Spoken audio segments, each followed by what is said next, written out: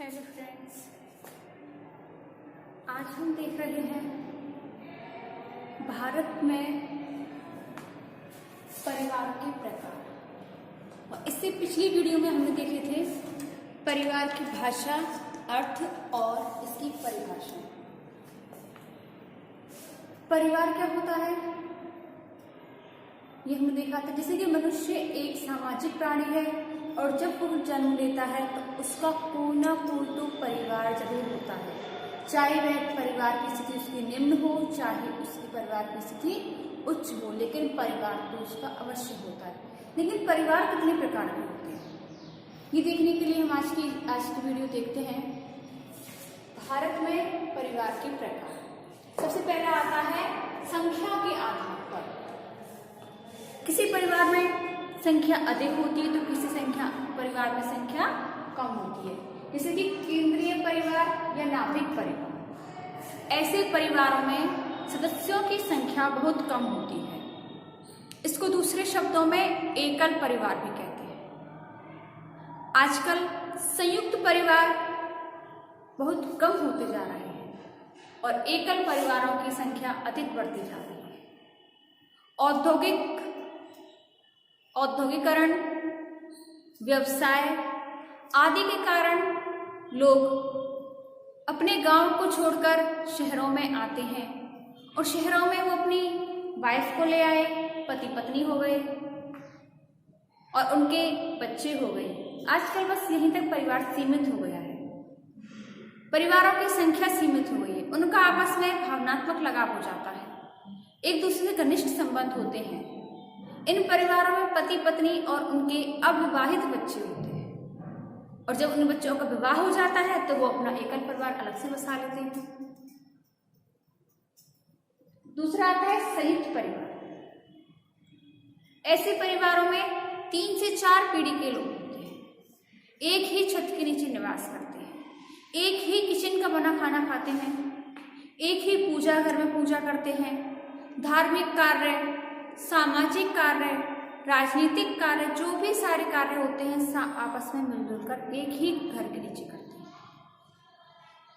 उनका जो कमाई का जरिया होता है, जितने घर के सारे मेंबर हैं जो कुछ भी कमाते हैं वो सब एक सामूहिक कोष में जमा करते हैं और उसी सामूहिक कोष में से अगर किसी की तबीयत खराब होती है, कोई मर जाता है, किसी का विवाह होता है, कोई भी खर्चा होता है, खाने पीने से लेकर कुछ बड़े खर्चे तक सभी उस सामूहिक कोष से ही खर्च होता है, क्योंकि सभी लोग इकट्ठा करके सब सामूहिक कोष में जमा करते हैं और खर्च भी उसी सामूहिक कोष में से करते हैं। संयुक्त परिवार में एक मुखिया होता है जो कि परिवार की बागडोर को संभाले रखता है, परिवार के सभी सदस्यों पर अपना नियंत्रण जमाए रखता है।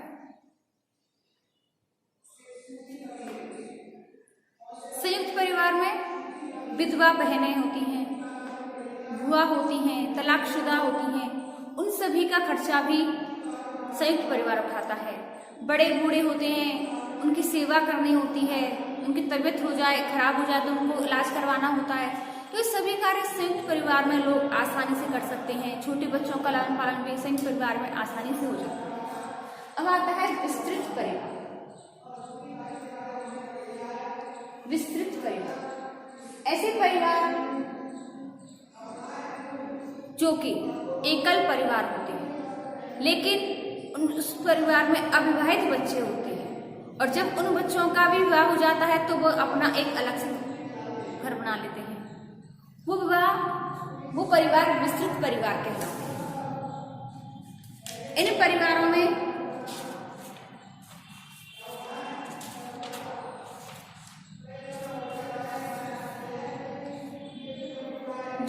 विस्तृत परिवार होते हैं, इस परिवारों में रक्त संबंधी और विवाह संबंधी लोग एक साथ रहते हैं, मिलजुल कर रहते हैं।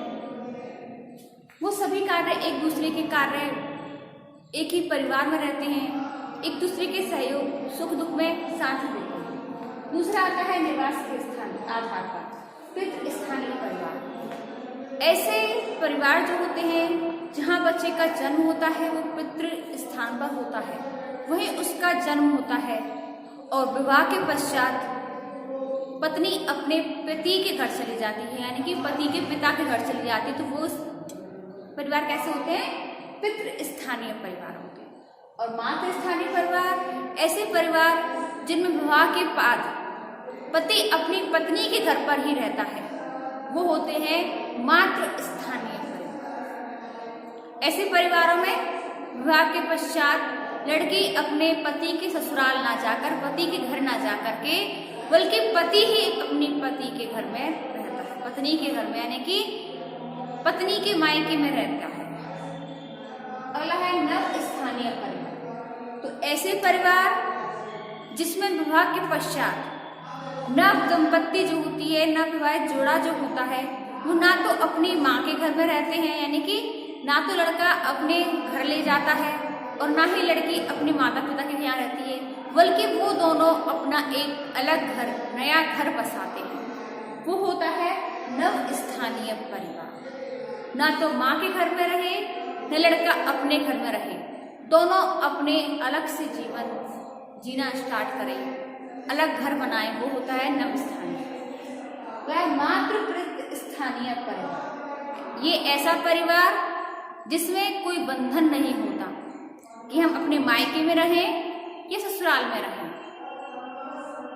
ऐसे परिवारों में दोनों स्थानों पर रह सकते हैं, मतलब जिसका जब मन करे माता के घर पर भी रह सकते हैं और जब मन करे तो हम अपने पिता के घर पर भी रह सकते हैं, यानी कि लड़का अपने घर भी ले जा सकता है अपनी पत्नी को, और उसका मन करे तो पत्नी अपने घर भी रह सकती है अपने पति को लेकर के। तो ऐसे परिवार मातृ स्थानीय परिवार कहलाते हैं। अगला आता है मामा स्थानीय परिवार। ऐसे परिवारों में लड़का अपनी माँ के भाई के घर, यानी कि लड़का अपने मामा के यहाँ अपनी पत्नी को ले जाके रहता है, वो होते हैं मामा स्थानीय परिवार। अगला तो आता है द्विस्थानीय परिवार।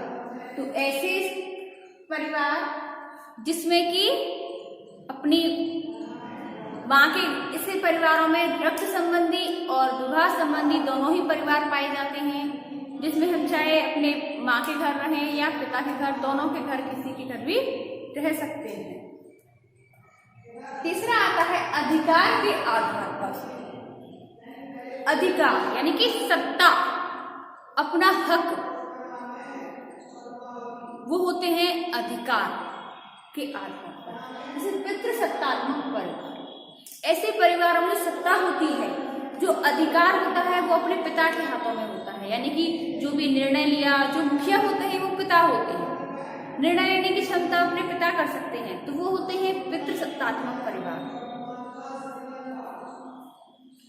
दूसरा है मातृसत्तात्मक परिवार। ऐसे परिवार जिसमें माता के हाथों में निर्णय होता है, माँ का अधिकार होता है अंतिम निर्णय लेना, जैसे माँ कहती है वो वैसा ही होता है इस घर में, तो वो होते हैं मातृसत्तात्मक परिवार। चौथा आता है उत्तराधिकार के आधार। उत्तराधिकार यानी कि पिता के मरने के बाद संपत्ति होती है, वो किसके नाम होती है? उत्तराधिकार। पितृमार्गी परिवार, ऐसे अधिकार जो पिता के बाद संतान को मिलता है। जब बालक जन्म लेता है तो अपने पिता के घर में जन्म लेता है, फिर पिता की जो प्रॉपर्टी होती है, संपत्ति होती है, जमीन होती है, वो उसको अपने बच्चों में डिवाइड कर देता है, तो वो होती है पितृमार्गी परिवार। दूसरा है मातृमार्गी परिवार।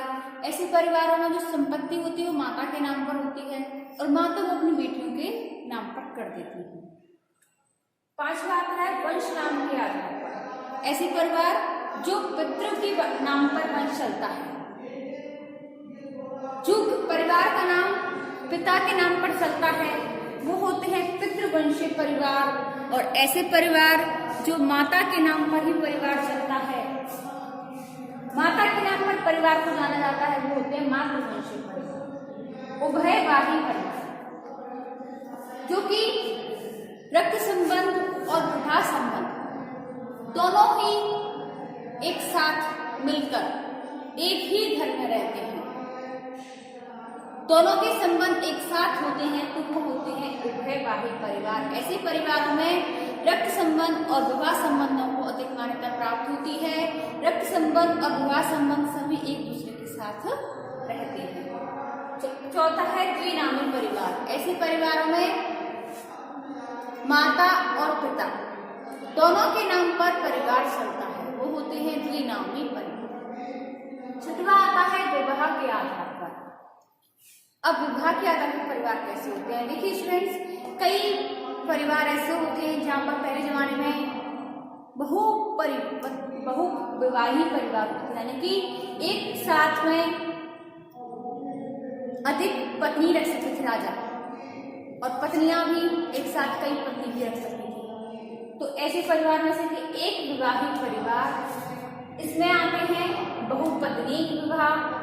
एक भाई परिवार 3 प्रकार के होते हैं। बहुपत्नीक विवाह यानी कि एक लड़का बहुत सारी, एक लड़का है और बहुत सारी पत्नियों से विवाह करता है तो होता है बहुपत्नीक विवाह। और इसमें एक लड़की बहुत सारे पतियों से मिलकर विवाह करती है तो वो होती है बहुपत्नीक विवाह। और समूह विवाह यानी कि एक साथ कई जोड़ों का विवाह होता है, वो होते हैं समूह विवाह। अब बहुपत्नीक परिवार भी 2 प्रकार के होते हैं, जैसे कि भातृ बहुपत्नीक विवाह, यानी कि एक लड़की जो बहुत 4 भाई हैं, 5 भाई हैं, तो एक लड़की, जैसे कि पांडवों का विवाह हुआ था, द्रौपदी का 5 पांडवों के साथ विवाह हुआ था, तो वो हुआ था भातृ बहुपत्नीक परिवार। तो यानी कि एक पत्नी अगर अपने 4-5 भाइयों से विवाह कर लेती है, यानी कि एक लड़की का विवाह ऐसे परिवार से हो जहाँ पर 4-5 भाई हैं और वो सभी एक ही लड़की से विवाह करते हैं, तो वो होता है भातृ बहुपत्नीक विवाह। और अब भातृ बहुपत्नीक विवाह, इसमें एक लड़की बहुत सारे लड़कों से विवाह करती है, जिसमें जरूरी नहीं है कि वो अपने भाई हो, यानी कि वो लड़का आपस में एक दूसरे के भाई लगते हैं, वो रिश्तेदार भी हो सकते हैं, अनजान भी हो सकते हैं। तो वो होता है अभातृ बहुपत्नीक विवाह, यानी कि आपस में भाई तो नहीं है लेकिन बहुपति है, यानी कि बहुत सारे उसके पति हो जाते हैं। अगला आता है बहुविवाहित परिवार। ऐसे परिवार जिसमें कि विवाह हो जाने पर हमें दूसरा विवाह करने की इच्छा होती है, तो उससे डिवोर्स लिया, दूसरे से विवाह कर लिया, तो वो होते हैं बहुविवाहित परिवार। अन्य रूप, 7वां आता है अन्य रूप के परिवार होते हैं, जैसे कि जन्ममूलक परिवार, जहां बच्चे का जन्म होता है, उसका पालन पोषण होता है, तो वो उसका जन्ममूलक परिवार होता है। प्रजननमूलक परिवार ऐसा परिवार विवाह के पश्चात होता है, जहां पर पति पत्नी आपस में प्रजनन का कार्य करते हैं, उसके बच्चे पैदा हो जाते हैं, तो वो होता है प्रजननमूलक परिवार। समरक्त परिवार, ऐसे परिवारों में आपस में रक्त संबंधी जो होते हैं वो होते हैं आपस में माता पिता होते हैं, तो विवाह संबंधी परिवार हो जाते हैं, लेकिन पिता है, उसके बेटे हैं, बेटों के बेटे हैं, तो ऐसे भी परिवार होता है समरक्त परिवार। और विवाह संबंधी परिवार, ऐसे परिवारों में आपस में विवाह संबंधी पाए जाते हैं, आपस में एक दूसरे का संबंध विवाह के संबंध पर मिला रहता है, जुड़ा रहता है। तो स्टूडेंट, आज हमने भारत में परिवार के प्रकार देखे, उनकी डेफिनेशन देखी कि परिवार किस तरह से होते हैं। इससे आगे हम देखेंगे अपनी नेक्स्ट